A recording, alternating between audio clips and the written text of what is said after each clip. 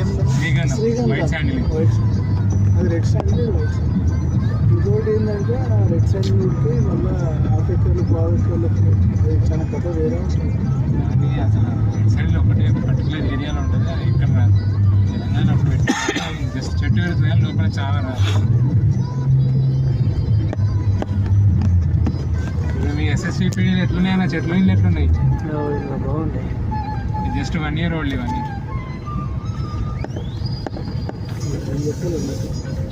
Technology machines లోపల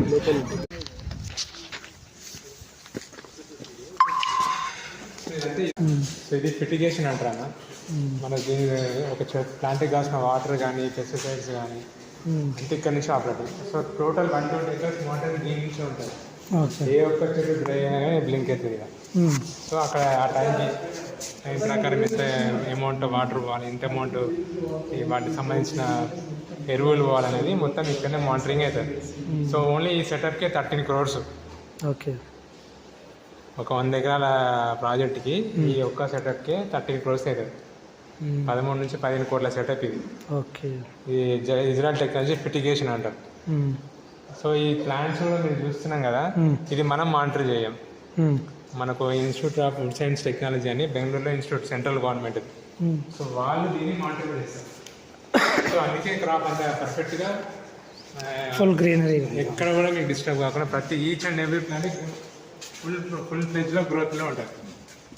ఇప్పుడు మామూలుగా లోకల్లో మనం పెడితే ఎట్లుంటాయన్నా, జస్ట్ ఒక పైప్ వేసి చెట్లు పెట్టి వెళ్ళిపోతారు. దీని స్పెషాలిటీ ఏందో మీకు చూపిస్తారండి.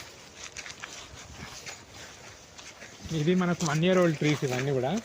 మనకు ఫేస్ 2లో జస్ట్ ఒక 4 to 6 months old ట్రీస్ ఉన్నాయి. అక్కడ కూడా చూపిస్తాయండి. సో ఇది శ్రీగంధం. ఓకే. ఇది శ్రీగంధం మెయిన్ క్రాప్. సో దీని బిగినింగ్ స్టేజ్ మీకు ఫస్ట్లో చూపిస్తాను. దీనికి ఏంటంటే దీనికంటే ముందు ఫస్ట్ బేసిక్గా స్టార్టింగ్ ప్లాంట్ ఉంటుంది, అదర్ ప్లాంట్. అది గ్రో అయినాక దీన్ని ఈ సీడ్ వేస్తారు, దీన్ని ప్లాంటేషన్ చేస్తారు. కరెక్ట్ 2 feet డిస్టెన్స్లో సపోర్టింగ్ ట్రీస్ అటు ఇటు. మళ్ళీ సేమ్ 7 feet డిస్టెన్స్లో జామ కానీ, మ్యాంగో కానీ, పొమగ్రానేట్ కానీ సీజనల్ ఫ్రూట్. సో ఒక చెట్టు సర్వే కావాలంటే అటు 2 చెట్లు ఇటు 2 చెట్లు దీనికి సపోర్టింగ్ కావాలి. అంటే లిటరల్గా ఏంటంటే పరాన్నజీవి, ఇది సెల్ఫ్గా గ్రో కావాలి చెట్టు, దానికి సపోర్టింగ్ ప్లాంట్స్ కంపల్సరీ కావాలి. సో ఇంత మెయింటెనెన్స్ అనేది చాలా ఖర్చుతో కూడుకున్నది, చాలా పేషెన్స్తో కూడుకున్నది, మళ్ళీ దట్టు సైంటిఫికల్గా చేయాలి. సో అందుకని మనకి ప్లాంటేషన్ అంతా కూడా institute of food science technology అని బెంగళూరులో సెంట్రల్ గవర్నమెంట్ ఇన్స్టిట్యూట్ అది. సో వాళ్ళ ఆఫీస్లో మాట్లాడుతుంది. 3 months ఒకసారి వచ్చి